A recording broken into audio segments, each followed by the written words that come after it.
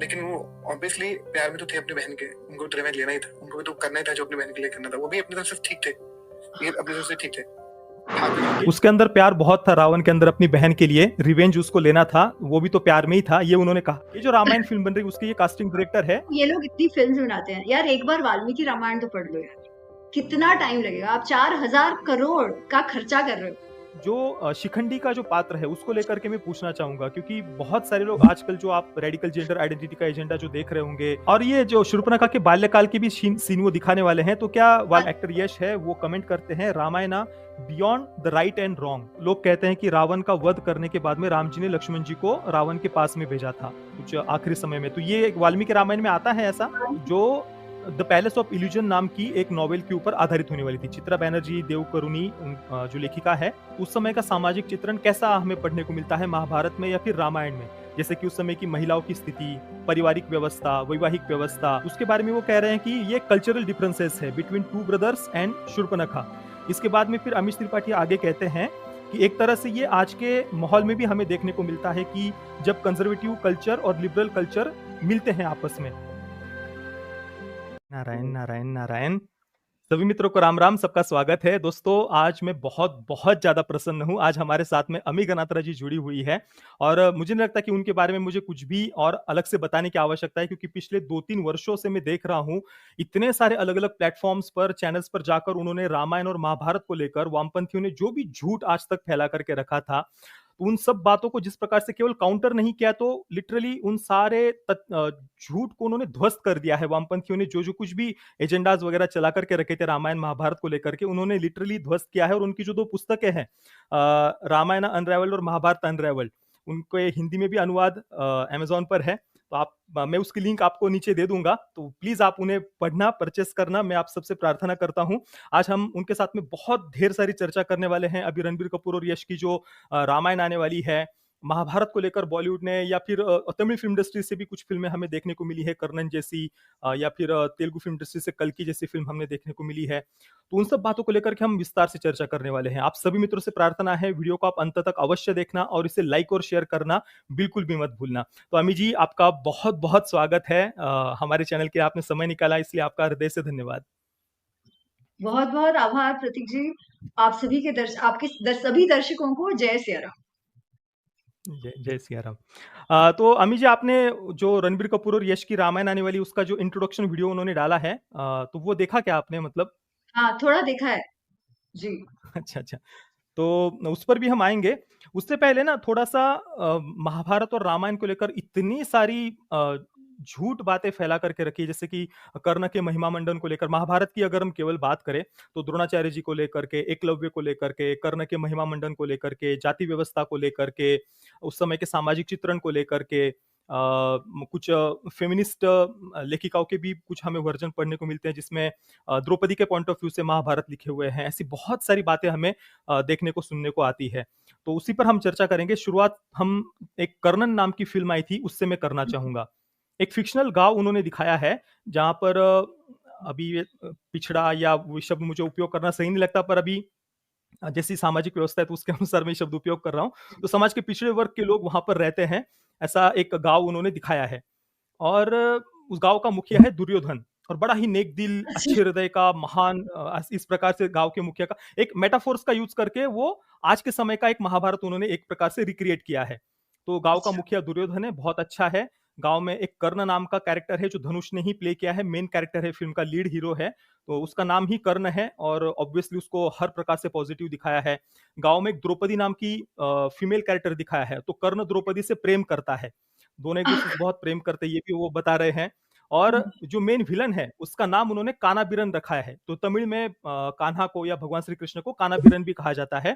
तो जो main villain है वो कानाबीरन नाम है, पुलिस ऑफिसर है, तो बहुत अत्याचारी, एकदम निकृष्ट मानसिकता का, बहुत जातिवादी मेंटेलिटी का, उसको वो भगवान श्री कृष्ण के पात्र को मेटाफोर्स के यूज करके वो दिखा रहे हैं। और लिटरली फिल्म के एंडिंग में जो कर्ण का पात्र यानी धनुष का पात्र है, वो कानाबीरन नाम के पात्र का गला काटता है और उसको सेलिब्रेट कर रहे हैं फिल्म में लिटरली। तो ये जो द्रविडियन विचारधारा है, चाहे वो रामायण को लेकर, रावण का महिमा मंडन, उस पर भी हम आएंगे, अभी यहाँ पर महाभारत की बात कर रहे हैं, तो प्लीज इसके बारे में बताइए, जो कर्ण का महिमा मंडन किया जाता है या फिर द्रौपदी और कर्ण की द्रौपदी के मन में कर्ण के प्रति आकर्षण था, ये भी बातें बताई जाती है, तो इस पर प्लीज बताइए।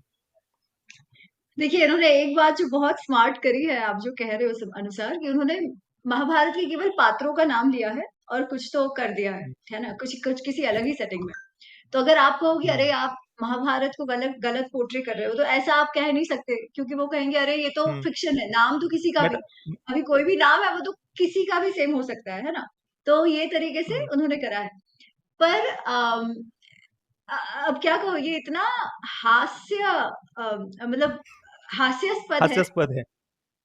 कारण अगर आप एक्चुअल कर्ण को देखो, ठीक है, एक्चुअल कर्ण का जो कैरेक्टर है महाभारत में, वो अगर किसी को लगता है कि वो पिछड़ों का कुछ तो पिछड़ों के लिए बात करता था या पिछड़ों के मुक्ति के लिए बात करता था, ऐसी कोई भी बात नहीं। या पीड़ित था वो।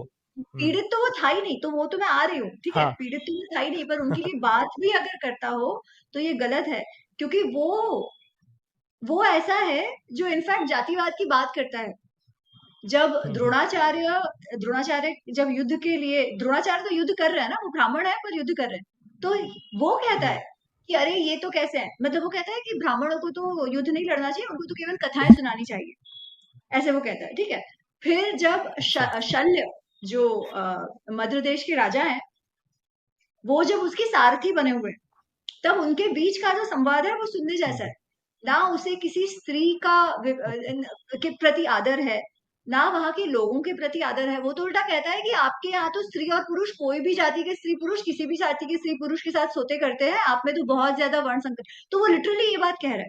तो उसे दिक्कत है ओके। कि अलग अलग लोग, कि अच्छा। वहां की स्त्रियां है वो किसी के साथ भी संभोग करती हैं वगैरह वगैरह, ये उसे लगता है।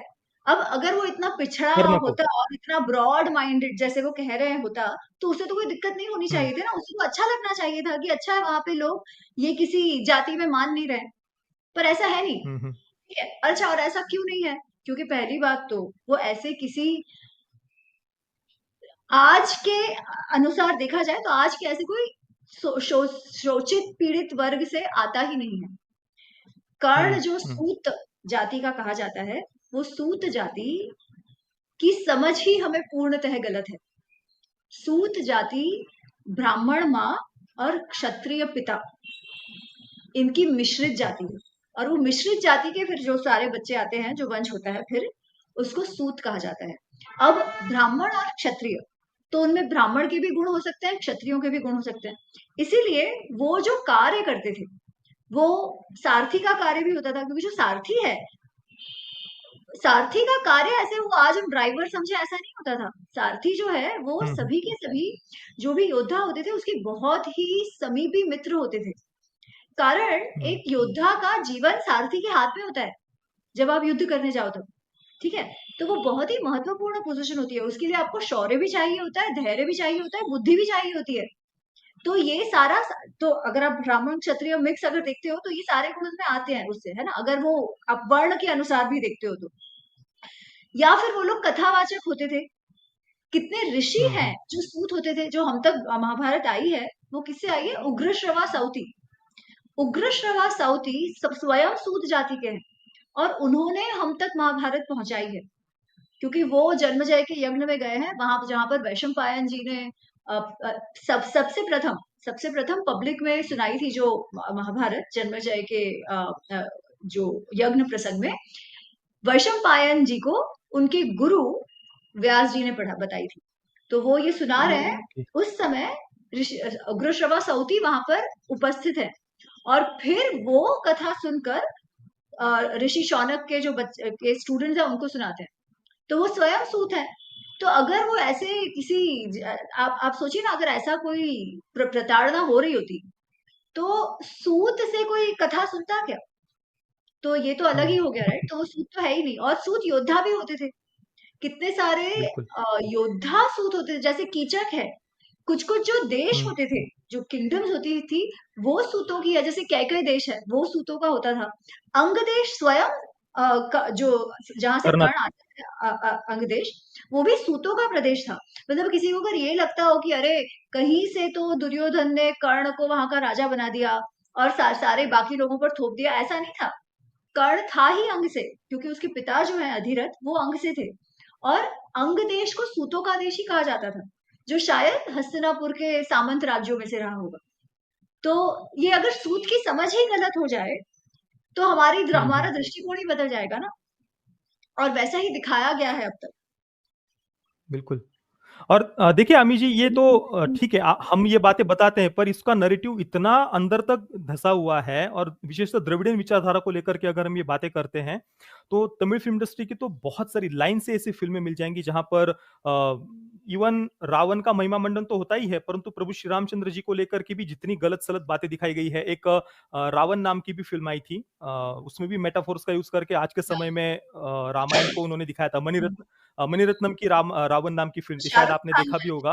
Is it? नहीं, अभिषेक बच्चन और ऐश्वर्या राय उसमें मुख्य ओह भूमिका में अच्छा, थे। नहीं। हाँ, तो उसमें भी उन्होंने यही बात दिखाई है कि रावण तो किसी एक बड़े गरीबों के मसीहा के रूप में रावण को उस फिल्म में दिखाया है, और साथ में उसकी जो बहन है शूर्पणखा, वो विक्टिम है, और लिटरली लक्ष्मण जी से इंस्पायर्ड जो कैरेक्टर है वहां पर फिल्म में, वो पुलिस ऑफिसर दिखाया है, और वो अपने साथी पुलिस ऑफिसर्स को लेकर के वो शूर्पणखा का गैंग रेप कर रहे हैं।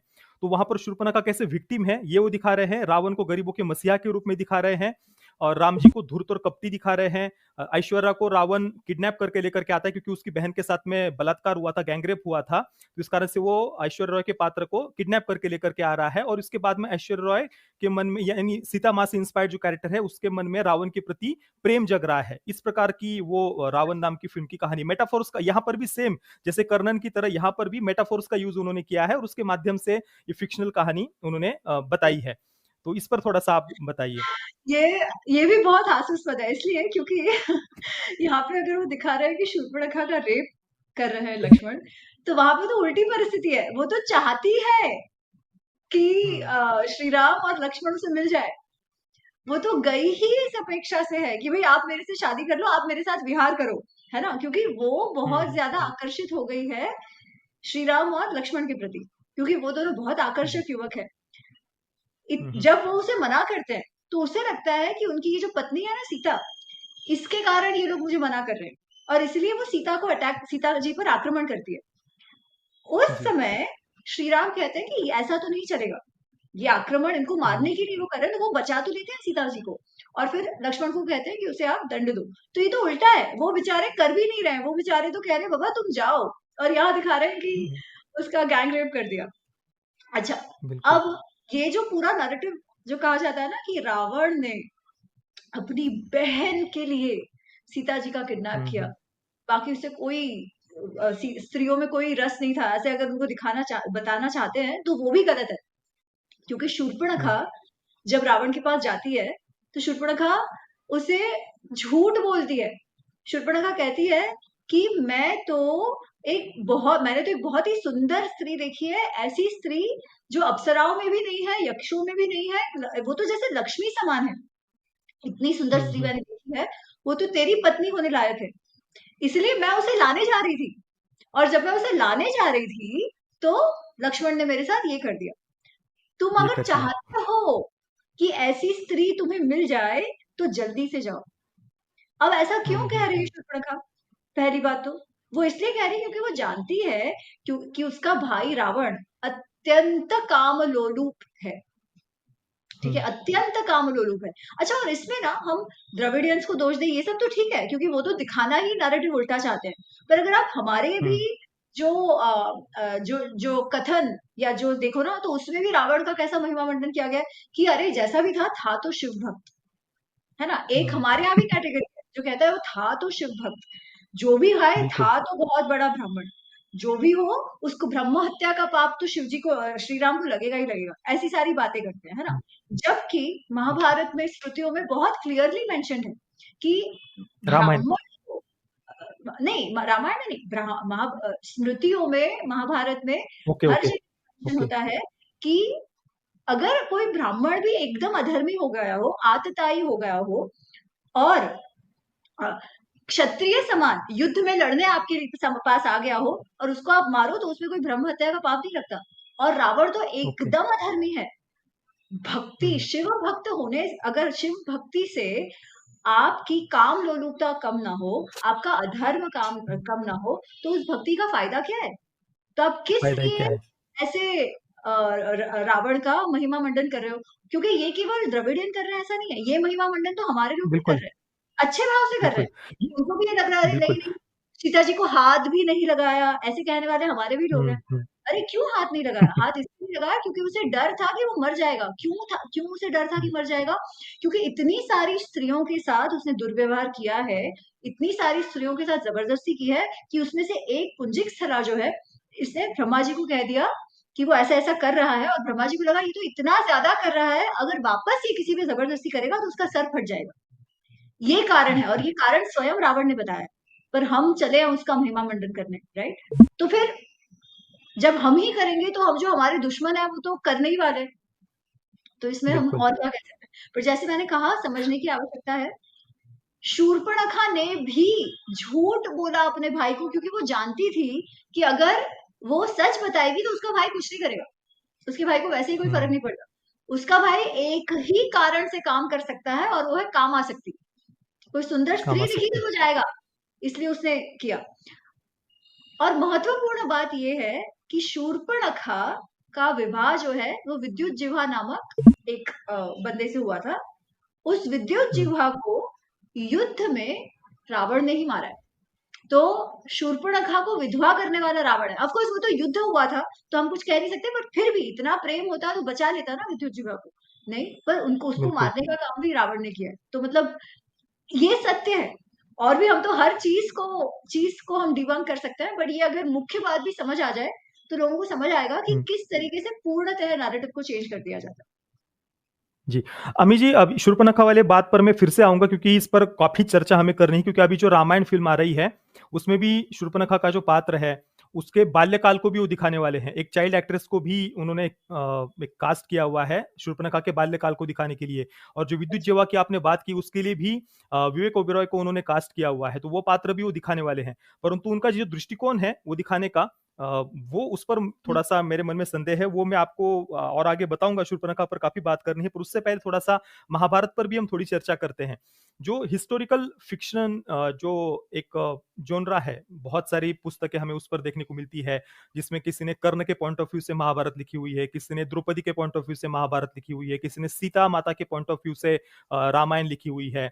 अभी करीब 6 वर्ष पहले 2019 में दीपिका पादुकोण के साथ में एक फ़िल्म को अनाउंस किया गया था। मधु मंटेना फ़िल्म के प्रोड्यूसर होने वाले थे, जो द पैलेस ऑफ इल्यूजन नाम की एक नॉवेल के ऊपर आधारित होने वाली थी। चित्रा बैनर्जी देवकरुणी जो लेखिका है, उनकी नॉवेल है द पैलेस ऑफ इल्यूजन।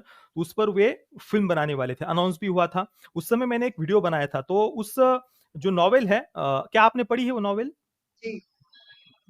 जी, जी। जी, पढ़ी तो है। हाँ, तो उसके मैंने अमेज़न के रिव्यूज़ वग़ैरह पढ़े थे, उसमें द्रौपदी का, उसमें उस नॉवेल में भी द्रौपदी का कर्ण के प्रति आकर्षण, उस समय का सामाजिक चित्रण जिस प्रकार से किया हुआ था, पुरुषों मतलब वही एक पैट्रियार्कल माइंडसेट से थोड़ा सामाजिक चित्रण किया हुआ है, महिलाएँ विक्टिम है, द्रौपदी का कर्ण के प्रति प्रेम, अपने पतियों से नाराज़ होना, इस प्रकार की काफ़ी सारी बातें मैंने जो अमेज़न से रिव्यूज़ पढ़े उसके आधार पर ही मैं बता रहा हूँ, ये सब बातें कई लोगों ने लिखी हुई है वहाँ पर। इस किताब के एक वाचक रिव्यू करते हुए लिखते हैं कि ये नॉवेल द्रौपदी का तो नहीं, पर लेखक का महाभारत का वर्जन लगता है, और जिसे महाभारत के बारे में पता है वो इसमें द्रौपदी के कर्ण के प्रति प्रेम के वर्णन को पढ़कर फ्रस्ट्रेट हो जाएगा। एक दूसरे लेखक लिखते हैं, एक दूसरे वाचक लिखते हैं कि अगर आपको विक्टिमहुड, उत्पीड़न पर कोई किताब पढ़नी है और द्रौपदी इस पात्र में अपने पूरे इंटरेस्ट को अगर आपको खो देना है, तो ये आपके लिए परफेक्ट बुक है। द्रौपदी की कमजोर, निराश कर देने वाली और अनइंस्पायरिंग ऐसी साइड को देखकर वो वाचक बहुत दुखी हुए हैं, ऐसा उन्होंने लिखा है। एक और वाचक लिखते हैं कि वो बहुत ज्यादा डिसअपॉइंट हुई है इस किताब को पढ़कर। द्रौपदी को इसमें नासमझ, उच्छृंखल, मूर्ख, बेईमान, पति को प्यार ना करने वाली बताया है, और यहां तक कि वो अपने पति की कमियों का गलत फायदा उठाती है, ऐसा इस नॉवेल में बताया है। तो ये आप थोड़ा-सा बताइए कि हिस्टोरिकल फ़िक्शन जो जॉनरा है उसके बारे में। द पैलेस ऑफ इल्यूजन जो नॉवेल है, उसके साथ में उनकी एक और नॉवेल है द फॉरेस्ट ऑफ एन्चेंटमेंट्स, जो माता सीता के पॉइंट ऑफ व्यू से वो रामायण लिख रहे हैं। तो इसके बारे में थोड़ा-सा बताइए। देखिए, सबसे पहली बात, ऑडियंस को, पढ़ने वालों को, पाठकों को ये पता होना चाहिए कि अगर कोई भी कोई भी लेखक ये कहता है कि मैंने पुस्तक इसके दृष्टिकोण से या उसके दृष्टिकोण से लिखी है, तो वो पूर्णतः फिक्शन ही है। कारण उनको कैसे मालूम कि कर्ण का क्या पर्सपेक्टिव है, द्रौपदी का क्या पर्सपेक्टिव है, सीता जी का क्या पर्सपेक्टिव है, उनको कैसे मालूम? ठीक है, कोई भी ऋषि तो है नहीं कि उनको मेडिटेशन करके उस युग में जाके पता किया हो। ठीक है, मतलब वो क्या लिख रहे हैं? वो केवल अपना दृष्टिकोण लिख रहे हैं, और दृष्टिकोण भी नहीं लिख रहे, वो कथा लिख रहे हैं। दृष्टिकोण, अगर कोई कहे कि मेरा इंटरप्रिटेशन है, ठीक है, एक तो है कि फिक्शन है, मैंने इसके पर्सपेक्टिव से लिखा है। अगर कोई ऐसा कहे वो तो गलत ही है, क्योंकि वैसा तो हो ही नहीं सकता। आप तो अपना लिख रहे हो ना, आपको द्रौपदी और कर्ण क्या सोचते थे, सीता जी क्या सोचते थे, वो तो आप जानते नहीं हो। मतलब आप अपनी भाषा उनके मुंह से बुलवा रहे हो, आपकी बात उनके मुंह से, वो तो फिक्शन है। पर कोई ये कहता है नहीं, मैं रामायण का इंटरप्रिटेशन, मेरा इंटरप्रिटेशन बता रहा हूं। कोई कोई कोई ये भी कहते हैं। अच्छा, उसमें हाँ इंटरप्रिटेशन आपका अलग हो सकता है, पर तथ्य तो वहां का वही होना चाहिए। एक तथ्य है, ठीक है, उसपे आपका विचार कुछ हो सकता है, मेरा विचार कुछ हो सकता है, पर मेरे इंटरप्रिटेशन को सही बताने के लिए अगर मैं वो तथ्य ही तोड़ मरोड़ दूं, तो वो फिर इंटरप्रिटेशन नहीं है, वो नई कथा बन गई, वो फिक्शन हो गई, है ना। पर आज वो छोटे छोटे न्यूएंस जो है वो ही लोग नहीं समझते, और इसके कारण जो फिक्शन है उसको ही फैक्ट समझ लेते हैं, जो फिक्शन है उसको ही कहते हैं नहीं, पर ये तो उसका इंटरप्रिटेशन। नहीं, इंटरप्रिटेशन हो सकता है जब तक फैक्ट बेस तो वो का वो हो, राइट। फैक्ट बेस ही आप चेंज कर दो, जो हुआ नहीं है वैसा लिख दो, जैसे कर्ण और द्रौपदी का लव एंगल, है ना। पूरे महाभारत में, पूरे महाभारत की कोई भी मैन्युस्क्रिप्ट में ये प्रसंग द्रौपदी और कर्ण के लव एंगल का नहीं है। ना द्रौपदी को कर्ण के प्रति आकर्षण है, ना कर्ण को द्रौपदी के प्रति आकर्षण है, दोनों को भी नहीं है। ठीक है, इनफैक्ट द्रौपदी का सबसे ज्यादा अपमान करने वाला तो कर्ण है, कर्ण ही है। द्रौपदी का वस्त्र हरण कह कि उसके ऊपर का वस्त्र निकाल दो, ये कहने वाला कर्ण है। उसको बंधकी कहने वाला, बंधकी मतलब वेश्या जैसी स्त्री, वो कहने वाला कर्ण है। तो उसको इस तरीके से बेइज्जत करने का काम कर्ण ने किया है। अब ऐसे पुरुष के लिए द्रौपदी को आकर्षण हो, आप मतलब उसे क्या क्या समझ रहे हो? और आपको लग रहा है कि आप फेमिनिस्ट नैरेटिव इसमें बता रहे हो। फेमिनिज्म तो एम्पावरमेंट के लिए होती है ना, सशक्तिकरण के लिए होती है।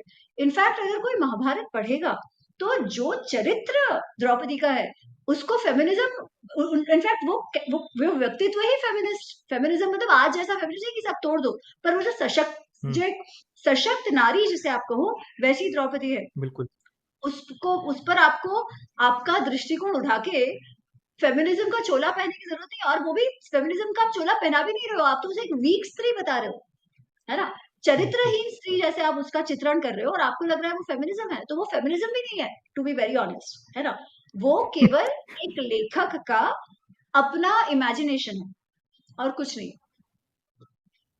अच्छा, ये जो आपने चरित्रहीन होने की बात की, आजकल इसी बात को बाउंड्रीज तोड़ना, बोल्ड होना या फिर प्रोग्रेसिव होना, इसी संदर्भ में उसको फेमिनिज्म ही कहा जाता है आजकल, कि हमने बाउंड्रीज तोड़ी है, मैं बंधन में नहीं हूँ परिवार के या पति के या फिर जो भी है उन। और जो जब ये फिल्म अनाउंस भी हुई थी उस समय भी यही बातें कही गई थी कि आज तक तो हमने केवल पुरुषों के पॉइंट ऑफ व्यू से महाभारत देखी है, अभी हम स्त्री के पॉइंट ऑफ व्यू से, द्रौपदी के पॉइंट ऑफ व्यू से एक फेमिनिस्ट महाभारत दिखाने वाले हैं। अच्छा हुआ कि वो प्रोजेक्ट शेल हो गया, अभी पिछले 5-6 वर्षों से तो कभी उसके बारे में दोबारा सुनने में नहीं आया है।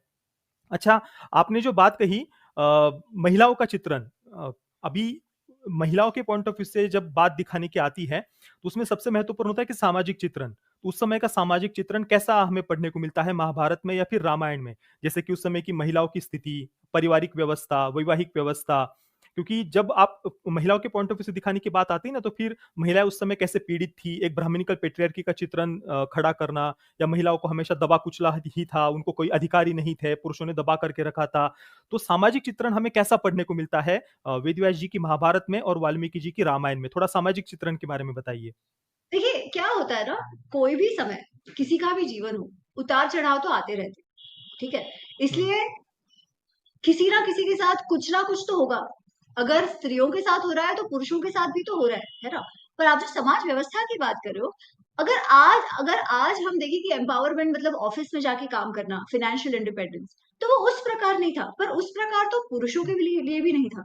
सारे के सारे अपने जो पारिवारिक कार्य होते थे उसी में होते थे, है ना? ऐसा तो नहीं है कि सब अपना कोई अलग से स्टार्टअप कर रहा है, ये कर रहा है, वो कर रहा है।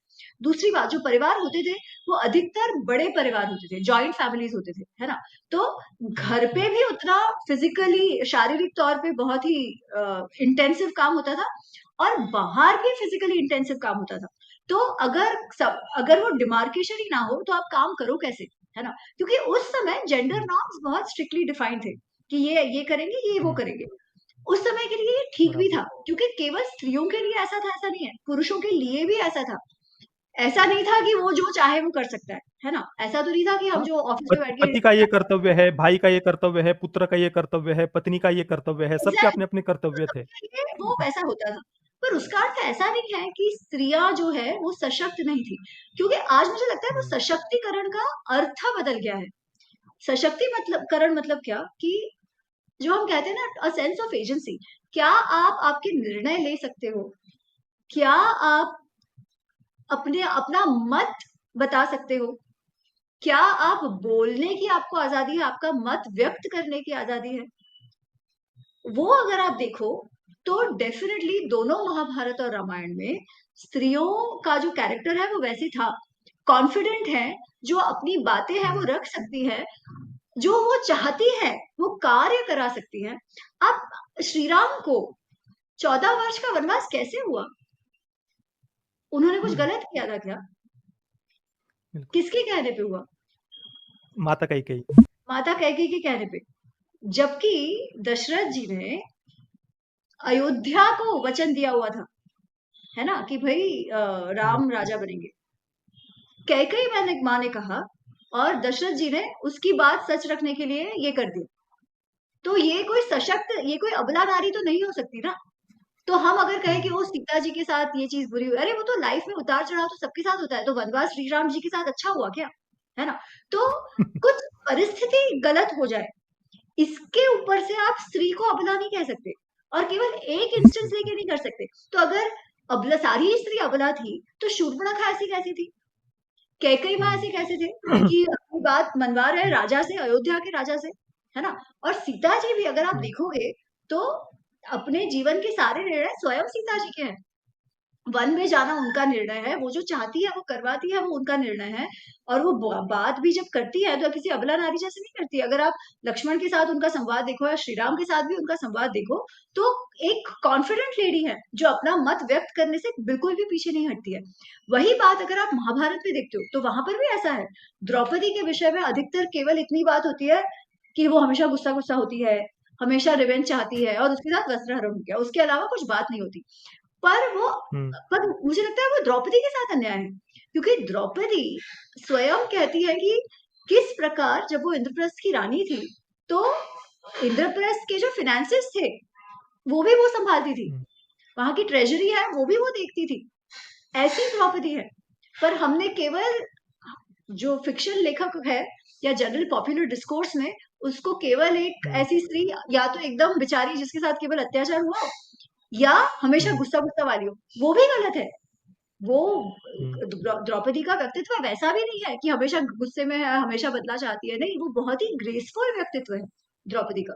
तो मुझे लगता है सिर्फ फिक्शन राइटर्स ने नहीं, पर हम सबने द्रौपदी के साथ अन्याय इसलिए किया है क्योंकि हमने महाभारत को महाभारत के रूप में पढ़ना ही छोड़ दिया है, और हम महाभारत को फिक्शन राइटिंग से पढ़ते हैं। जी अमी जी, मैंने सामाजिक चित्रण के बारे में इसलिए भी पूछा, केवल माता सीता का या फिर द्रौपदी उनके पात्र की बात नहीं, ओवरऑल जैसे अगर मैं आपको रामानंद सागर जी के रामायण जब हम देखते हैं तो अयोध्या के कई सारे सीन्स हमें देखने को मिलते हैं। कहीं पर लोग आपस में चर्चा कर रहे हैं, बाजार का जैसे कोई सीन हो, या फिर रामानंद सागर जी की श्री कृष्ण सीरियल में जब हम देखते हैं सुदामा जी जब भगवान श्री कृष्ण से द्वारिका मिलने जाते हैं, तो वहां पर द्वारिका के कई सारे सीन्स देखने को मिलते हैं जहां पर महिलाएं भी अपने काम कर रही है, पुरुष भी काम कर रहे हैं। तो ये जो सामाजिक चित्रण होता है ना, अब आप सोचिए कोई वामपंथी विचारधारा को कोई फिल्म मेकर रामायण बनाने जा रहा है, तो वो अयोध्या का चित्रण कैसे करेगा? हो सकता है कि वो महिलाओं को यहाँ तक घूंघट में दिखा दे, या फिर पुरुषों को अत्याचारी अयोध्या का कोई गाँव का वो सीन दिखा रहा हो, या फिर महाभारत के समय का कोई ऐसा सीन दिखा रहा हो जहाँ पर महिलाओं को भाई हमेशा से यहाँ पर दबा कर चला करके रखा था। क्योंकि बात ये है ना कि इन जो ब्रिटिशों ने यहाँ पर झूठा इतिहास पढ़ा है कि यहाँ पर सती कुप्रथा को लेकर, देवदासी प्रथा को लेकर के इतनी अनर्गल बातें फैला करके रखी है कि वो ये सोच ही नहीं सकते कि भारत इतना प्रगतिशील था, या फिर उस समय भी महिलाएं इतनी सशक्त थी, ये वो सोच ही नहीं सकते।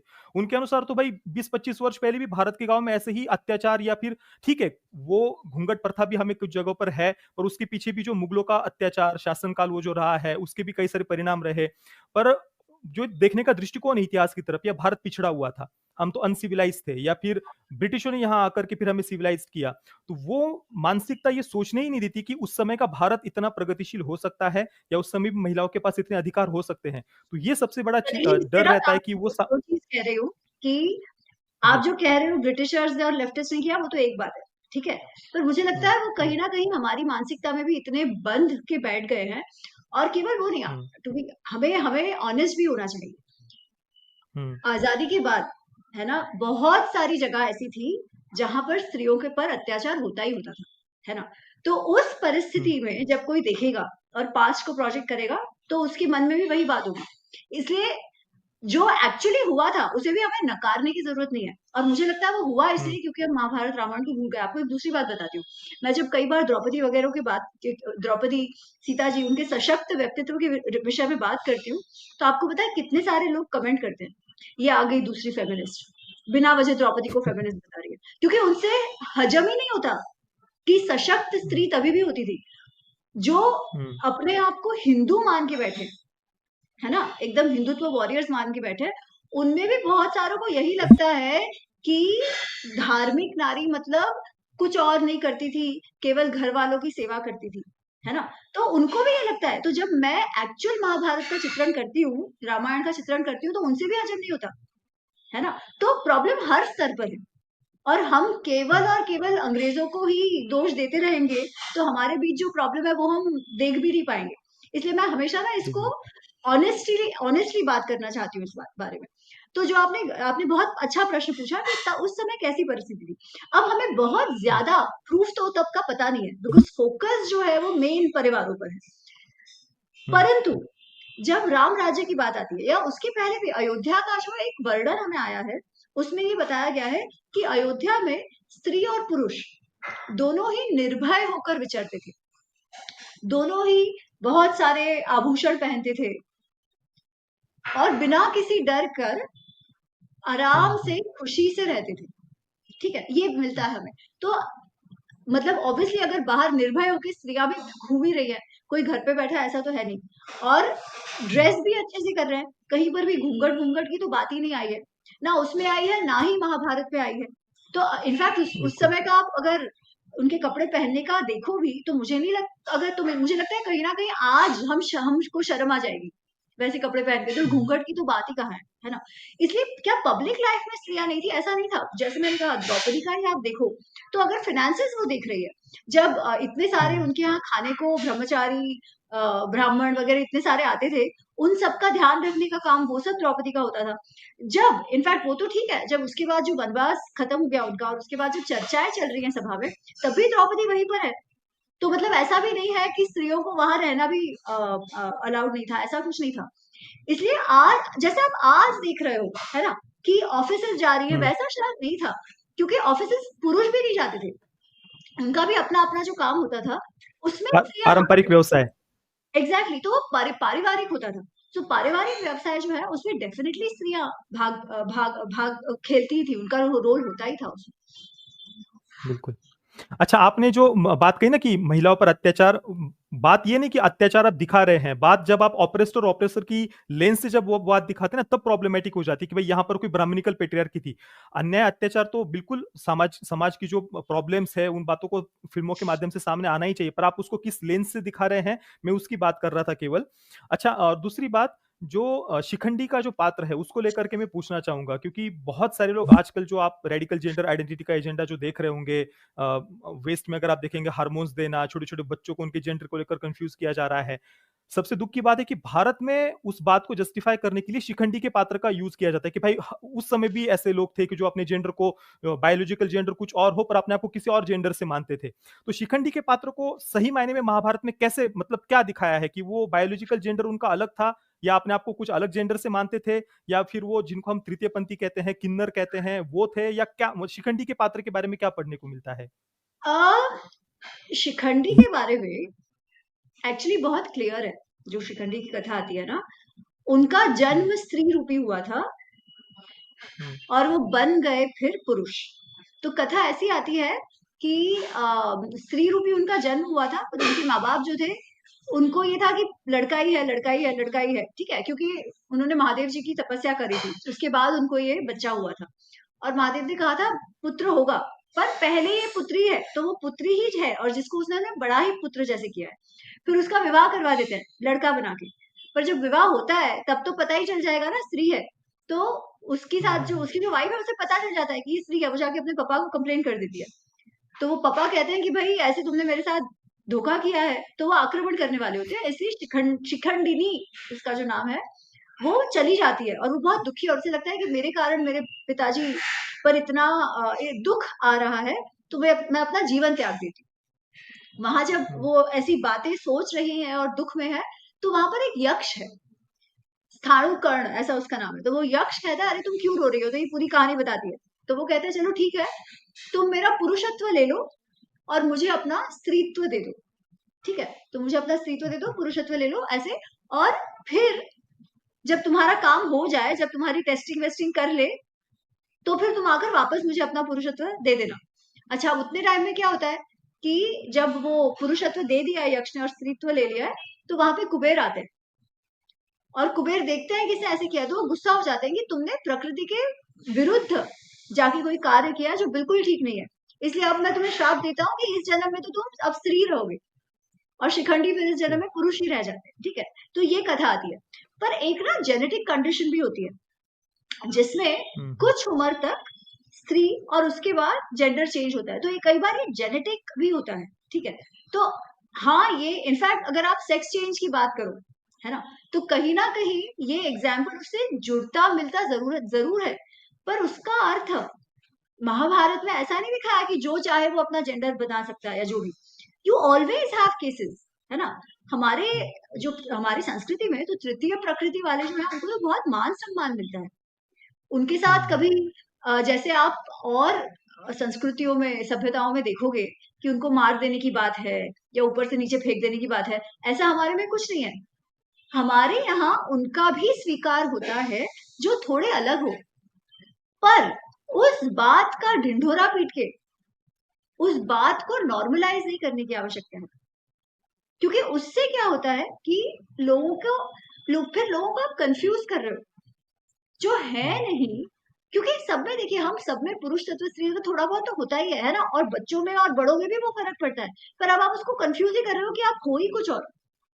ये बिल्कुल ठीक नहीं है, और फिर बड़े होके वो पछताते हैं कि भाई ये क्या हो गया, है ना। आप देखो सेक्स चेंज करके जिनकी जो हालत हुई है उसके कई बाद सारे बहुत सारे केसेस देखने को मिलते हैं जहां पर कई बच्चियों ने युवावस्था में अपने ब्रेस्ट काट लिए, आज वो पछता रही है कि वो कुछ भी करके अभी डी ट्रांसफॉर्म नहीं कर सकती, फिर से वापस नहीं जा सकते वो। स्टेरॉइड्स जा रहा है ना, पॉसिबल तो नहीं है, इसके साथ तो नेचुरली हो गया। तो स्टेरॉइड से आपने अपने आप पूर्णतः बिगाड़ दिया है।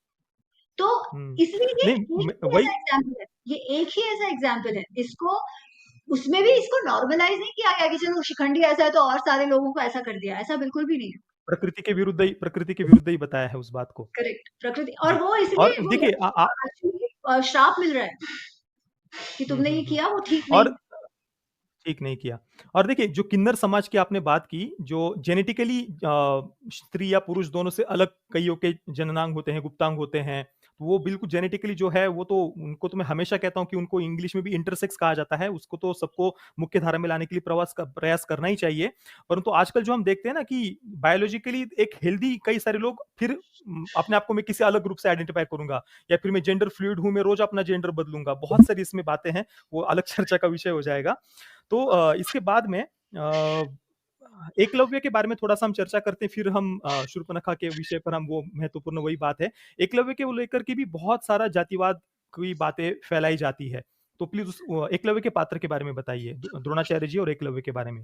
देखिए, एकलव्य का जो पात्र है ना वो बहुत इंटरेस्टिंग है, इसलिए क्योंकि वो वैसे निषाद समाज से है और निषाद समाज के राजा का बेटा है, ठीक है। ओके। पर इतना शायद हमें दिखता है कि वो जो बाकी ये से वृष्णि वाले हैं या कौरव है या पांचाल है, उनसे शायद थोड़े से अलग है, जो जंगल में रहते होंगे, जंगल में उनका राज्य होता होगा। निषाद जो होते थे वो शस्त्र बनाने भी बहुत माहिर होते थे, व्याध होते थे और योद्धा भी बहुत अच्छे होते थे, ठीक है। और जो एकलव्य है उसके पिता ही स्वयं, उनको हिरण्यधनु उनका नाम है, वो स्वयं राजा थे। हिरण्यधनु। उनके मृत्यु के बाद एकलव्य भी राजा बनता है और दिखता है कि जब जब राजसूय यज्ञ हो रहा है वो वहां सब भी वो आए हैं, जब युधिष्ठिर राजसूय यज्ञ करते हैं तब वो स्वयं गिफ्ट लेके आए हैं, तो उनको आमंत्रित भी किया गया था, ठीक है। ओके। एकलव्य का वध कृष्ण ने किया है, ठीक है। जब जरासंध की मृत्यु, जरासंध को मार दिया है भीम ने, और सब जानते हैं कि ये कृष्ण द्वारा कराया गया है, तो जरासंध के जो मित्र हैं वो द्वारका पे अटैक करते हैं। उस समय उस ग्रुप में एकलव्य भी है, और एकलव्य का जो वध है वो कृष्ण के हाथ होता है। और ऐसा कहा है कि एकलव्य तभी भी बहुत अच्छा योद्धा था, पर जब वो जो छोटा था और जब वो द्रोणाचार्य के पास आता है तो द्रोणाचार्य तो केवल एक ही लाइन हमें मिलती है जो है कि द्रोणाचार्य अपने शिष्यों को देखते हैं, निषाद के पुत्र को देखते हैं और मना कर देते हैं। तान अनविक्ष, अपने स्टूडेंट्स को देख के, इसको देख के वो मना कर देते हैं। अब उन्होंने क्यों मना किया इसके विषय में कोई भी एक्सप्लेनेशन नहीं दिया हुआ, ठीक है। कोई भी एक्सप्लेनेशन नहीं दिया, उसके जात के कारण दिया, उसको नहीं लिया ये भी नहीं कहा गया, और वो जरासंध के लिए काम करता था, स्पाई था, ये भी कुछ नहीं कहा गया। ये दोनों ही बात केवल अजम्पशन है, ठीक है, कि अरे वो तो जो कौरव, जो कुरु वंश थे उसका शत्रु था, ऐसा भी कुछ नहीं कहा गया। So everything is an assumption on that. किस तो कारण से कदाचित इनको लग रहा होगा कि मेरे जो शिष्य हैं उनका जो लाइफस्टाइल है, इसका लाइफस्टाइल है वो कुछ अलग है, इसके कारण से उन्होंने नहीं किया। अच्छा, अब अगर ऐसा होता कि निषादों को शस्त्र सिखाए नहीं जाते थे तो फिर एकलव्य ने कैसे सीखा और बाकी निषादों ने कैसे सीखा, क्योंकि निषाद जो थे उन्होंने तो युद्ध में भी भाग लिया हुआ है। उसका मतलब द्रोणाचार्य का उसे मना करना, वो कहते हैं ना ब्लैंकेट, निषादों को सिखाते ही नहीं थे योद्धा बनना जात के कारण, ये तो वैसे ही गलत है। ये तो रीजन वैसे ही गलत है। अब बात ये आती है अंगूठा क्यों लिया, ठीक है। तो एकलव्य ने क्या कहा था कि मेरे गुरु हैं, उनसे मैं सीखा हूं। तो अर्जुन ने जाके कहा कि अच्छा वो तो कह रहा है कि वो आपका शिष्य है, वो बहुत अच्छा है, तो आपने मुझे कहा था कि मैं अच्छा हूँ। अच्छा, वो सारे यंगस्टर्स हैं, तभी बड़े नहीं हो गए है ना, बच्चे हैं उस समय, टीनेजर्स रहे होंगे, अर्जुन तो टीनेजर की उम्र का ही होगा उस समय। तो वो जाके कहता है अच्छा, अब वो ये नहीं कह रहा कि आप उसको कुछ कर दो या आप उसको कम अच्छा बना दो, ऐसा अर्जुन कुछ नहीं कह रहा। अर्जुन तो सिर्फ कह रहा है कि हमने ऐसे देखा, वो बहुत अच्छा था, वो कह रहा था आपका शिष्य है, पर आपने कहा था मैं आपका सबसे सर्वश्रेष्ठ शिष्य हूँ वगैरह। ये सुन के द्रोणाचार्य दूसरे दिन जाते हैं एकलव्य के पास और कहते हैं अगर तुम मुझे गुरु मानते हो तो तुम्हें गुरु दक्षिणा देनी है, और गुरु दक्षिणा में वो उसका अंगूठा मांग लेते। अच्छा, अब ये बात दुख पहुंचाती है हमें, हमें लगता है अरे वो बच्चे का कहाँ अंगूठा ले लिया, है ना। अच्छा, अंगूठा लेने के बाद भी वो बहुत अच्छा योद्धा बना, ये बात तो हमें फिर भी माननी पड़ेगी, वो एकलव्य का डेफिनेटली एकलव्य की कला है, सामर्थ्य है वो। परंतु जब वो ये कहता है कि अरे लेना ही नहीं चाहिए था, अंगूठा लेना ही नहीं चाहिए था, पनिशमेंट ही नहीं कर देना चाहिए था, मुझे लगता है पनिशमेंट क्या दो, उसमें कदाचित अंगूठा लेना थोड़ा ज्यादा हो गया। पर आप देखो, ज्ञान की चोरी भी चोरी होती है, ठीक है। जब जो आप नहीं हो वो आप बता रहे हो। आज अगर आप देखें, ठीक है, अगर मैं हर जगह जा जाके बोलती हूँ, मेरे लिंक्डइन पे लिखती हूँ कि मैं तो हार्वर्ड की स्टूडेंट हूँ, ठीक है, जॉब अप्लाई करने में कहती हूँ मैं तो हार्वर्ड की स्टूडेंट हूँ, बात करने में कहती हूँ मैं तो हार्वर्ड की स्टूडेंट हूँ, जबकि मैं हार्वर्ड गई नहीं हूँ, तो अगर हार्वर्ड को पता चलेगा तो मेरे को सू कर देंगे ना, आज तो सीधे का सीधा सू कर देंगे और बोलेंगे या तो फिर पैसा दो, अगर तुम बोल रही हो या तो हमारा सारा फीस चुकाओ, राइट। तो यही तो बात हुई ना, जब आपको ना कहा है तब आपको उस गुरु का आदर भी तो रखना चाहिए, ठीक है? पर बिल्कुल। आपने वो नहीं रखा। भाव आपका अच्छा था, बट ज्ञान के मामले में जब भी झूठ बोलकर कुछ लिया गया है, तब दंड भी मिला है और श्राप भी मिला है, जो हमने कर्ण के किस्से में भी देखा कि परशुराम जी कहते हैं कि तुमने झूठ कहा। अच्छा, उस केस में क्या है, लोगों को लगता है क्योंकि द्रोणाचार्य ने पढ़ाने से मना कर दिया इसलिए कर्ण परशुराम जी के पास गया, पर ये सरासर झूठ है। कर्ण द्रोणाचार्य का शिष्य था। अच्छा, अब ये बात है, तो कर्ण को मना नहीं किया है। जो युयुत्सु है, दुर्योधन का जो भाई है, पर वो क्षत्रिय नहीं है, क्योंकि उनकी जो माताजी है वो वैश्य थी। ये तो सूत है, ये हम जानते हैं, तो इनको किसी को मना नहीं किया है द्रोणाचार्य ने, ठीक है? और जब ये बच्चे कौरव और पांडव जाते हैं पढ़ने द्रोणाचार्य जी के पास, तभी अधिरथ भी कर्ण को लेकर आते हैं, और कर्ण भी द्रोणाचार्य जी का शिष्य है, परंतु वो हमेशा बहुत ही स्पर्धा रखता था अर्जुन से, और उसे ये लगा कि अगर मैं ब्रह्मास्त्र सीख जाऊं तो हरा सकता हूँ अर्जुन को, इसलिए वो द्रोणाचार्य जी के पास जाता है। तब द्रोणाचार्य जी जानते हैं कि इसके मन में कितना दुर्भाव है, तो वो नहीं सिखाते, तो वो सिखाने से मना कर देते हैं। तब जाके कर्ण परशुराम जी के पास जाता है और झूठ बोलता है कि मैं तो भार्गव हूँ, क्योंकि परशुराम जी भृगु वंश के हैं, तो वो कहता है मैं तो आप ही के वंश का ब्राह्मण। फिर जब परशुराम जी को पता चलता है तो वो कहते हैं कि भाई जब झूठ बोल के तुमने जो ज्ञान अर्जित किया है, वो जब तुमको सबसे ज्यादा आवश्यकता होगी या तुम मृत्यु के पास हो गए, तब तुम्हें वो याद ही नहीं आएगा, तब तुम भूल जाओ। तो इसके तो दो इंस्टेंसेस मिलते हैं कि जब भी झूठ बोलकर आप ज्ञान अर्जित कर रहे हो, आप करो ना, झूठ क्यों बोल रहे हो? आपको द्रोणाचार्य जी ने मना किया है, आप स्वयं से, वैसे भी वो सीख तो नहीं रहा था द्रोणाचार्य जी के पास, सीख तो स्वयं से ही रहा था, है ना? तो नाम भी क्यों लेना है जब आपको मना करा हुआ है?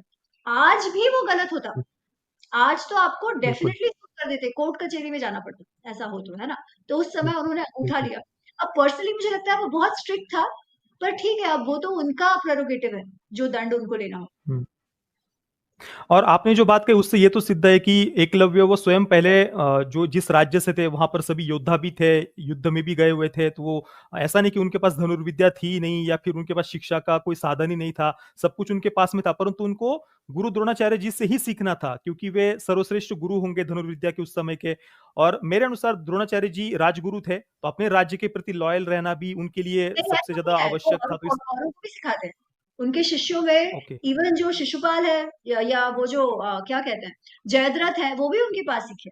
तो ऐसा नहीं है कि केवल इन्हीं को सिखाया, उन्होंने पांचालों को भी सिखाया, ठीक है? तो ऐसा नहीं है कि वो केवल राजगुरु थे तो उनको सिखा रहे थे, ये बात भी अजम्पशन है, जो मैं कह रही थी ना, ये बात भी अजम्पशन दोनों कि अजम्पशन है। इसलिए उन्होंने नहीं ओके। सिखाया।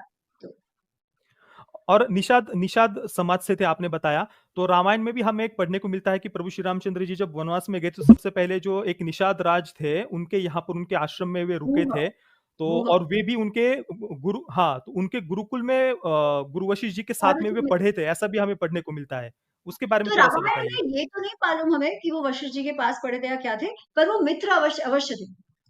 जो गुह और श्री राम जो है वो मित्र अवश्य थे, और जब गुह को पता चलता है कि श्री राम आए हैं तो वो जाते हैं उनसे मिलने और कहते हैं नहीं नहीं, तुम मेरा राज्य ले लो, तुम ही राजा बन जाओ। और श्री राम कहते हैं नहीं नहीं, मैं तो नगर में जा ही नहीं सकता। और जब वो मिलते हैं, जब श्री राम और गुह मिलते हैं तो एकदम आलिंगन कर लेते हैं, क्योंकि वो बहुत अच्छे मित्र हैं, तो एक दूसरे का आलिंगन तक कर रहे हैं। तो उसके पश्चात हमने जो देखा है समाज में, जो हुआ भी है, मुझे लगता है वो कहीं ना कहीं हम स्वयं भी हमारे महाभारत और रामायण को भूल गए। भूल गए, तो वो बिल्कुल दोनों सही बात कहा हुई, आपने। एक तो एजेंडा भी हुआ, जानबूझकर थोपा भी गया जो नहीं था वैसी बात, और हम स्वयं भी वो बात भूल गए जो हमें जाननी चाहिए। भूल गए जी। अभी हम रामायण पर आते हैं, जो अभी फ़िल्म भी आने वाली है, तो उसको लेकर के जो कुछ बातें हैं ना, उसको थोड़ा-सा मैं आपसे जानना चाहूँगा। अभी डिस्कवरी पर या फिर अभी शायद प्राइम वीडियो पर भी अवेलेबल है, एक सीरीज़ है, 3 एपिसोड की ही है, Ramayana with legends of Ramayana with Amish करके। तो अमीश त्रिपाठी जी जो लेखक हैं, वो उसमें नरेट कर रहे हैं, सब कुछ बता रहे हैं।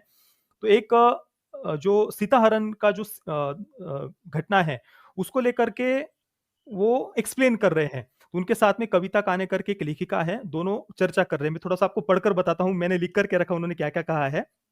तो उस जो शूर्पणखा सामने से होकर के प्रभु श्री रामचंद्र जो लक्ष्मण जी के सामने जा रही है, उसके बारे में वो कह रहे हैं कि ये कल्चरल डिफरेंसेस है between 2 brothers and Shurpanakha. Ayodhya और लंका के बीच का कल्चरल डिफरेंस है। अयोध्या स्लाइटली कंजर्वेटिव है, लिटिल ट्रेडिशनल है, और जो शूर्पणखा है वो सेक्सुअली बोल्ड है, कॉन्फिडेंट वुमन है, and they couldn't handle her Overture, they couldn't handle her situation. मतलब राम जी और लक्ष्मण जी उसके ओवरचर को हैंडल नहीं कर पाए, उसके सिचुएशन को हैंडल नहीं कर पाए। वो सेक्सुअली बोल्ड थी, कॉन्फिडेंट वुमन थी शूर्पणखा। और ये कविता कहानी जो लेखिका है उन्होंने लिखा है, कही है ये बातें उस एपिसोड में, और उन्होंने ही लंका's प्रिंसेस शूर्पणखा नाम की एक पुस्तक भी लिखी हुई है। तो Shurpanakha took the rejection very badly, और इस कारण से फिर वो रिजेक्शन को हैंडल नहीं कर पाई, इस कारण से माता सीता पर आक्रमण किया, ये कहा है। इसके बाद में फिर अमीश त्रिपाठी आगे कहते हैं कि एक तरह से ये आज के माहौल में भी हमें देखने को मिलता है कि जब कंजर्वेटिव कल्चर और लिबरल कल्चर मिलते हैं आपस में, ऑब्वियसली कल्चरल डिफरेंसेस होते हैं, मिसअंडरस्टैंडिंग्स होती है। तो इस प्रकार से वो उस घटना को देख रहे हैं कि भाई कल्चरल डिफरेंसेस है, अयोध्या के लोग कंजर्वेटिव थे, ट्रेडिशनल थे, और शूर्पणखा लंका से है तो वो सेक्सुअली बोल्ड है, ओपन है अपने सेक्सुअलिटी को लेकर के। तो अब इस तो उनके ऑब्जर्वेशन के ऊपर आपका क्या कहना है, और सच में क्या है वो थोड़ा सा बताइए। देखिए, वो सेक्सुअली बोल्ड है, ये बात तो बहुत क्लियर है, क्योंकि वो स्वयं से जा रही है और कह रही है आप मेरे साथ, मेरे पति बन जाओ और मेरे साथ विहार करो। आई थिंक इस नैरेटिव में जो बात मुझे लगता है, एक इंसिडेंट से ये कहना कि लंका पूरी तरह कंजर्वेटिव है, हम जानते नहीं है कि वहां की स्त्रियां लंका नहीं, बोलती थी। अयोध्या के बारे में अयोध्या कंजर्वेटिव बता रहे हैं वो। वही अयोध्या इतना कंजर्वेटिव है कि वहां की स्त्रियां सामने से नहीं बोलती थी। I think we don't know that, पहली बात तो ठीक है, we don't know that, but Shurpanakha is, वो बात तो पक्की है, ठीक है, शूर्पणखा इज, बिकॉज वो सामने से बोल रही है, कॉन्फिडेंटली बोल रही है, वो भी ठीक है। परंतु ये कहना कि राम और लक्ष्मण उसे हैंडल नहीं कर पाए, ये कदाचित थोड़ा ज्यादा है, क्योंकि वो उसे कुछ बुरा भला नहीं कह रहे, वो सिर्फ कह रहे हैं, श्री राम कह रहे हैं कि भाई मेरी पत्नी है तो मैं तुमसे कैसे विवाह करूं, ठीक है। और अब वो जब ऐसे आई है अचानक, सडनली आउट ऑफ नोवेयर, आज भी अगर कोई स्त्री कितना ही बोल्ड क्यों ना हो, कोई भी, ठीक है, आपसे कहे कि अरे तुम मेरे साथ विवाह कर लो, ठीक है, तो और जो ऑलरेडी विवाहित है वो तो कहेगा अरे मेरी तो स्त्री है। फिर वो लक्ष्मण के पास जाती है और लक्ष्मण कहते हैं अरे तुम मेरे साथ क्यों विवाह करना चाहती हो, मैं तो दास हूँ, तुम भी दासी बन जाओगी, राइट। तो उसे हैंडल नहीं करना क्या हुआ, वो थोड़ी ना उसे कुछ बुरा भला कह रहे हैं, या ऐसे थोड़ी कह रहे हैं ऐसे जैसे तुमने कर दिया, हाउ डेयर यू से ऑल दिस, ऐसा कुछ नहीं है। उसने जिस भाव से कहा इन्होंने भी कहा नहीं, अब हाँ कहते तो ही हैंडल करना होता क्या, ठीक है, ना is also a valid answer, right. और उन्होंने शूर्पणखा को कुछ बुरा भला नहीं कहा, Shurpanakha couldn't take the rejection, which is also correct। वो बात तो सही है कि वो इतनी ज्यादा गुस्से में आ गई रिजेक्शन के कारण कि उसे लगा कि इस स्त्री के कारण नहीं कर रहे, तो वो बात भी ठीक है।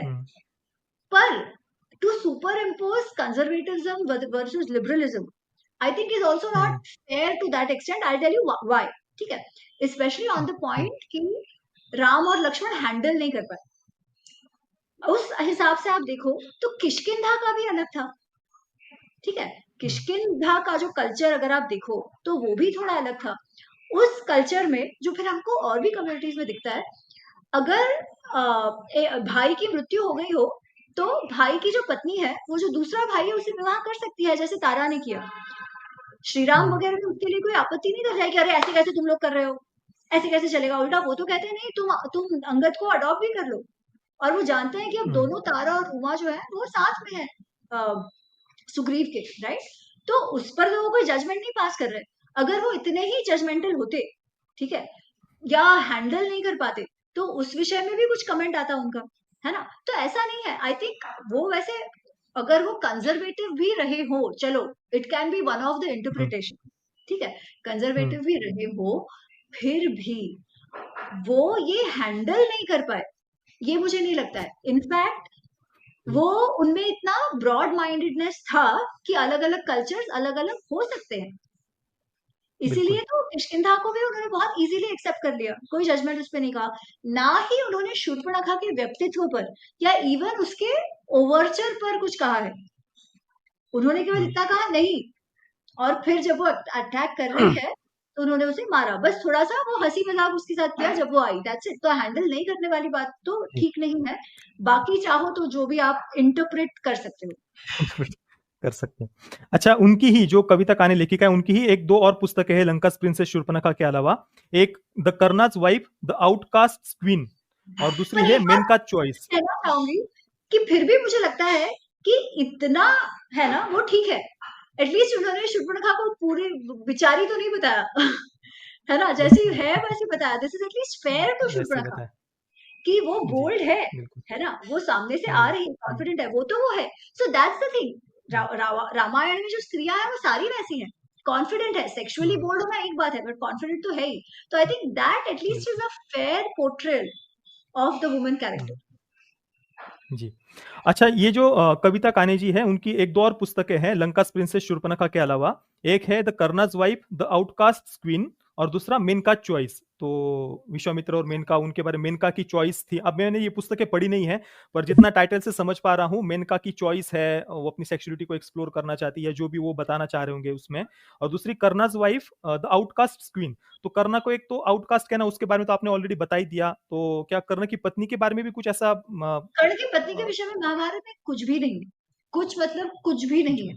तो उसके विषय में कुछ जो भी भी नहीं? कोई कहे वो फिक्शन है, फिर वो तो आप actually that is fine, right? क्योंकि आप जो है ही नहीं उसका पूरा चित्रण कर रहे हो, विच इज फाइन। वो तो फिर पूरा ही फिक्शन है। जो आपका जो बैकग्राउंड है वो शायद महाभारत में है, and that's okay. But Mahabharata में कर्ण के पत्नी के विषय में कुछ भी नहीं कहा है, और कर्ण को बहुत सारी पत्नियां थी, इतना सिर्फ हमें पता है। जी, बट कौन थी, जी। क्या थी, अच्छा। क्योंकि अगर सबके बारे में हुँ, लिखने लगे तो ऑलरेडी लाख श्लोकों का ये है, तो फिर और तो क्या ही होगा। तो उस विषय में कुछ है नहीं जी, महाभारत। जी, बिल्कुल। अभी हम मेन रामायण फ़िल्म पर आते हैं, रणबीर कपूर और यश की। अब जी। देखिए, जो इस फ़िल्म के कास्टिंग डायरेक्टर हैं, उनका एक पॉडकास्ट था, उसकी एक छोटी-सी क्लिप मैं आपको दिखाना चाहूँगा। उन्होंने शूर्पणखा और रावण के बारे में क्या कहा है, फिर हम उस पर बात करते हैं। इमोशंस से रिलेटेड, कोर फिलॉसफी से रिलेटेड सवाल मुझे रावण के बारे में पूछे। बस वर्ड्स बता दीजिए कि what were the words in your mind जब आप रावण की कास्टिंग कर रहे थे। इविल था यार, वो भी तो प्यार में थे ना, रिवेंज में थे, लेकिन प्यार में तो थे ना। तो वो,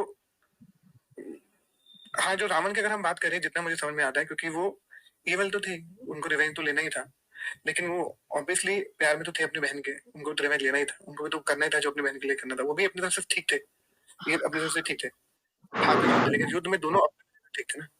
और ये है कि उसके अंदर थोड़ा प्यार बहुत था, दोनों प्यार में थे।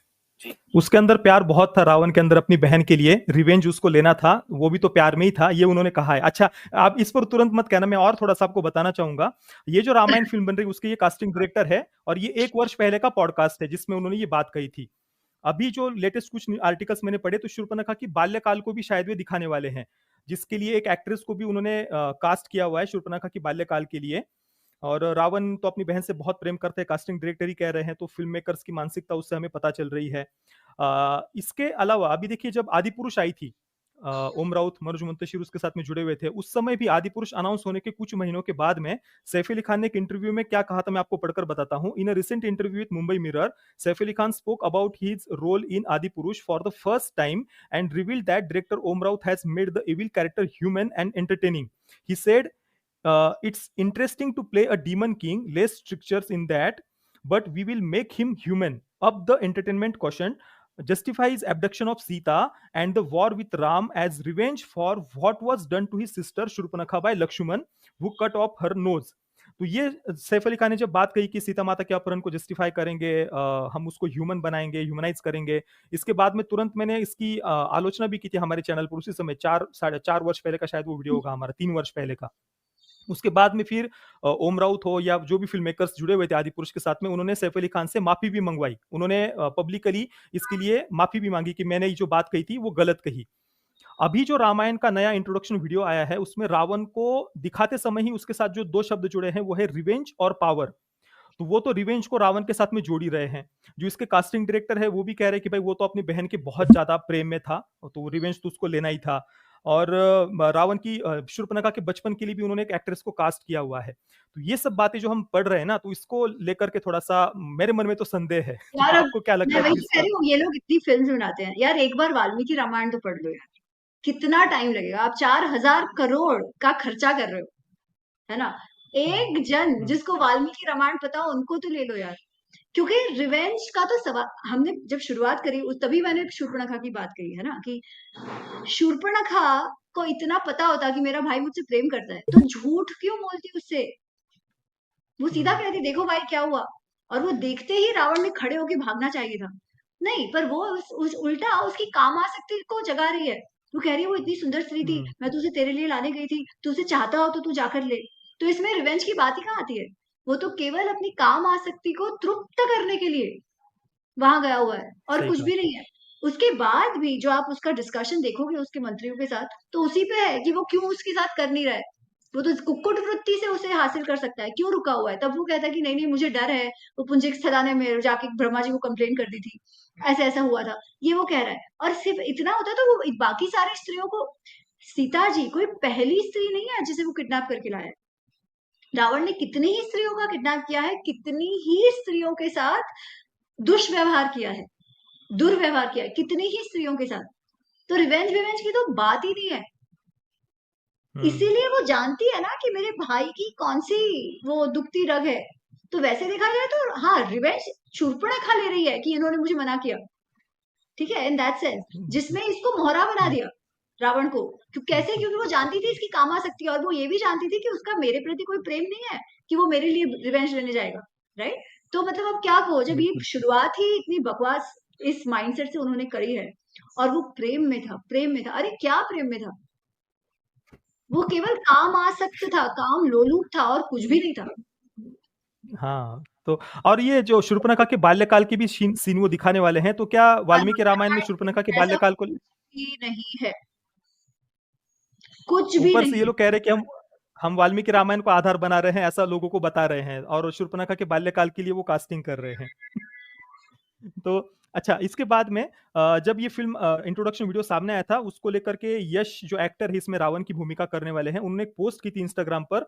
उसके नीचे कन्नड़ा फिल्म इंडस्ट्री के ही एक बहुत बड़े एक्टर डायरेक्टर है राजवी शेट्टी, उन्होंने कमेंट किया था, a Kannada poet defends his anti hero by stating that the great ocean crosses its limits because of time bringing events like tsunamis. His anti-hero was Ravan. I think for the first time we vow to defend our Ravana. इसके नीचे जो actor यश है वो comment करते हैं, Ramayana beyond the right and wrong. Ramayana तो सही गलत से परे है, परंतु हम तो शुरू बचपन से ही पढ़ते आए कि भाई ये तो धर्म और अधर्म की ही लड़ाई है. तो इस पर थोड़ा सा बताइए. इसमें क्या बताना है? अच्छा, राइट और रॉन्ग से बियॉन्ड ऐसा जो लोग क्या मानते हैं ना, लड़ाई है, क्या है? और इनको हर जगह पर ग्रे शेड्स देखने हैं भाई, इसको ब्लैक एंड व्हाइट नहीं दिखा सकते, हमको ग्रे शेड्स डालने हैं, असुरों में भी उनको ह्यूमनाइज करना है, राक्षसों को भी ह्यूमनाइज करना है, ये समझ में नहीं ऐसा आता. नहीं है कि राक्षसों में अच्छे लोग नहीं थे, ठीक है, नहीं राक्षसों नहीं, में तो वो दृष्टि दिखाने का तरीका अलग हो सकता है, पर यहाँ पर वो उनका दृष्टिकोण अलग है, ये मैं कह रहा हूँ. कह रही हूँ कि रावणों में भी, मतलब राक्षसों में भी जो लोग थे, उसमें से भी कितनों ने उसे कहा कि भाई तुम क्या कर रहे हो, तुम छोड़ दो सीता को। एक तो उनके भाई विभीषण स्वयं है जो कह रहे हैं ना, और उसके अलावा उनकी माता ने ये कहा, उनके नाना जी ने ये कहा, उनके और मित्रों ने, मतलब कुछ कुछ मंत्रियों ने कहा, बाकी सब उनके चाटुकार थे, वो जाने दो, पर कितनों ने सही सलाह भी दी है। तो ऐसा नहीं है कि सब बुरे थे, कुछ अच्छे भी थे, पर रावण नहीं था अच्छा। रावण ने अपने पूरे परिवार को तबाह कर दिया। क्यों? वो काम आसक्ता में। आप सोचो तो सही, वो एक स्त्री को तुमने पकड़ के रखा है, उसके लिए तुमने अपने जो दोनों बेटे मंदोदरी के साथ थे, बाकी थे सबको खत्म करवा दिया, ठीक है। अच्छा, दूसरी बात, we will make our hero वीरो की जो बात कर रहे हैं, मंदोदरी, जब रावण की मृत्यु हो गई है तो मंदोदरी वहां आई है, और मंदोदरी का सबसे पहला कहना ये है, ये तो तुम्हारे साथ होना ही था। जो जैसा कर्म करता है वैसा उसे फल मिलता ही है, तो तुम्हारा यहाँ इस प्रकार मृत रहना, इसमें मुझे कोई, ये तो आश्चर्य की बात ही नहीं है, ये तो होना ही था। वो कहती है मुझे तो ये बात का आश्चर्य है कि तुम जब सीता को उठाने गए तभी कैसे भस्म नहीं हो गए, तभी कैसे उसके सदस्य ने तुम्हें जला नहीं दिया। वो कहती है तुम्हें किस बात की कमी थी, इतनी सारी स्त्रियां तुम्हारे पास थी, और अगर कंपैरिजन भी किया जाए तो रूप में और गुण में और वो सब में भी तुमसे ज्यादा अच्छी थी। मैंने तुम्हें कितनी बार कहा कि ये जो स्त्री है वो तुम्हारा मृत्यु बन के आई है, पर तुम समझ ही नहीं रहे थे। कहीं पर भी एक बार भी उसने ये नहीं कहा कि तुमने शूर्पणखा के लिए ऐसा किया, ठीक है, या तुम्हारी बहन के लिए तुमने सब कुछ तबाह, ऐसे कुछ नहीं कहा है। वो केवल यही कह रही है कि तुम इतने ज्यादा आसक्त हो गए सीता में कि उसको पाने के लिए तुम इतने पागल हो गए कि तुमने सब कुछ तबाह कर दिया, और जो ऐसा मनुष्य है उसके साथ तो यही हाल होगा। मंदोदरी भी उसे ग्लोरीफाई नहीं कर रही है, मंदोदरी भी कह रही है धर्म अधर्म है, तो बाकी सब लगे पड़े हैं उसे धर्म अधर्म नहीं है कहने के लिए, तो अब क्या? अच्छा, उसकी बीवी और की जो बात जी, जी। हम कई जगहों पर लोग कहते हैं कि रावण का वध करने के बाद में राम जी ने लक्ष्मण जी को रावण के पास में भेजा था, कुछ आखिरी समय में। तो ये एक वाल्मीकि रामायण में आता है ऐसा? वाल्मीकि रामायण में ऐसा कुछ भी नहीं है। वाल्मीकि रामायण में जब उसे उसे मारते हैं श्री राम, तो वो तुरंत मृत हो जाता है, उसकी मृत्यु तुरंत हो जाती है। वो जीवित ही नहीं है उसके पास और ज्ञान मांगने जाने के लिए, और इतना ज्ञान होता तो भाई अपना जीवन में कुछ तो दिखाता। तो वाल्मीकि रामायण में हाँ। ऐसा कुछ नहीं है। और चलो ज्ञान मांगने के लिए भी अगर राम जी भेज रहे हैं, तो इसमें भी राम जी का बड़प्पन है कि उनके मन में शत्रु के लिए भी शत्रुता भाव नहीं है। वो तो राम जी का बड़प्पन है, वो थोड़ी ना रावण का कोई बड़प्पन आता है। नहीं, पर उन्होंने भेजा ही नहीं तो है, और क्योंकि भेजने के लिए वो भेजा जीवित ही भी नहीं नहीं है। बिल्कुल, बिल्कुल। और बस अभी लगभग सभी चर्चा तो हो गई है। अंत में बस इतना कहूँगा, आपने अभी जो हाल ही में महाअवतार नरसिम्हा फ़िल्म आई है, क्या वो देखी आपने? नहीं, वो रह गई है, वो देखना है। अच्छा, अभी नहीं। उसमें भी जय विजय का जो पहला जन्म था, हिरण्याक्ष और हिरण्यकश्यपु, तो बात वहाँ पर भी आप देखिए, जो रिवेंज वाली बात है ना, अगर दिखाना चाहते डायरेक्टर तो ये दिखा सकते थे कि भगवान विष्णु ने हिरण्याक्ष को मारा, इस कारण से बाद में फिर हिरण्यकश्यपु रिवेंज लेने की भाव उसमें जग गया। पर यहाँ पर शुरुआत से ही उनको आसुरी प्रवृत्ति का दिखाया है। तो बात यही होती है ना कि आपको अगर रिवेंज की बात डालनी ही है, तो आप हिरण्यकश्यप को भी जस्टिफाई कर सकते हैं, रावण को भी जस्टिफाई कर सकते हैं। तो ये देखने का ही दृष्टिकोण है, मुझे तो यही लगता है। और मैं आशा करता हूँ कि आपका ये जो पॉडकास्ट है वो सब तक पहुंचे। आपकी जो बातें हैं, मैं तो हमारे चैनल पर तो आप पहली बार आए हैं, पर इससे पहले तो आपने कितनी मेहनत की है, कितने सारे चैनल्स पर जाकर जो बातें आपने बोली वो इससे पहले भी कितनी बार आपने बोली हुई है। तो सच में मैं तो नमन करता हूँ आपके परिश्रम को, जो भी आपने इतने मेहनत की है। और ये मार्ग तो फिर भी मैं कहूँगा कठिन है, क्योंकि जो मैंने कुछ दूसरे लेखकों के पुस्तकों के नाम लिए ना, उनको तो कई सारे अंतर्राष्ट्रीय अवार्ड्स वगैरह मिले हुए हैं। जैसे कि मैं आपको पढ़कर बताऊं, तो American Book Award, PEN Josephine Miles Literary Award, Pushcart Prize वगैरह, इस प्रकार के कई सारी विदेशी संस्थाओं के द्वारा भी उन लेखिकाओं को सम्मानित किया गया है। तो आपने तो बहुत कठिन मार्ग चुना है कि जो वामपंथियों ने जो नैरेटिव चला करके रखा है उसको ध्वस्त करना है। तो आपको पता है कि आपको लेफ्ट के इकोसिस्टम से कोई सपोर्ट नहीं मिलेगा, बड़े-बड़े साहित्य सम्मेलनों में या फिर वहां से कोई पुरस्कार नहीं मिलेंगे। तो आपका मार्ग तो सच में बहुत बहुत कठिन पर है। प्रतीक जी, मैं एक बात कहूँ, कृष्ण कृपा ही समझती हूँ इसे मैं, कि जो लेफ्ट पावरफुल इकोसिस्टम है ना, वो आप जाने दीजिए, ठीक है, वो तो सपोर्ट नहीं करेंगे, वो तो जाने दीजिए। पर जो यंगस्टर्स हैं, है ना, उनसे मुझे बहुत भाव मिलता है। भाव इन द सेंस, वो जो इमोशनल ये है ना, कि वो अब जो वो सोच रहे हो, पर उनको जब आप लॉजिकली बताओ, प्रूफ के साथ बताओ कि वाल्मीकि रामायण में ये लिखा है, ऐसा है, महाभारत में ऐसा है, तो वो सच्ची में सुनते हैं। और उनको लगता है यार अभी तक हमें ऐसा क्यों नहीं बताया, हमको तो वही सही लगता था। तो वो ही पुरस्कार है, और क्या चाहिए? जब लोगों को लगे कि नहीं, अब हमें समझ में आ रहा है कि इतिहास क्या है, अब हम समझ पा रहे हैं कि सीता जी और श्री राम का मानसिक ये क्या था, मानसिक भाव क्या था, क्यों द्रौपदी ऐसी है, क्यों कर्ण द्रौपदी का एंगल है वो क्यों गलत है ना, वो स्वयं समझ पा रहे हैं। तो यही पुरस्कार है, यही काम चलता रहे। आप भी तो वही काम कर रहे हैं, और आप तो एकदम जो मेन स्ट्रीम नैरेटिव है, जो मीडिया नैरेटिव है, जिसका असर सबसे ज्यादा लोगों पर होता है, जो देखते हैं उसका दिमाग में रह जाता है, राइट, उसको आप टैकल कर रहे हो। तो इस सब में हम साथ ही है, कृष्ण कृपा हम सब पर बनी रहे। आप जी, जी। अमी जी, आपका बहुत-बहुत धन्यवाद, आपने समय निकाला। आशा करते हैं कि पूरे वैश्विक स्तर पर ये लोग चाहते हैं कि हम रामायण को लेकर के जाएँ, तो उसमें कुछ गलत ना दिखाएँ। यही हम अपेक्षा करते हैं। आपका फिर से एक बार बहुत-बहुत धन्यवाद। जय श्री राम, वंदे मातरम। धन्यवाद। जय सिया राम।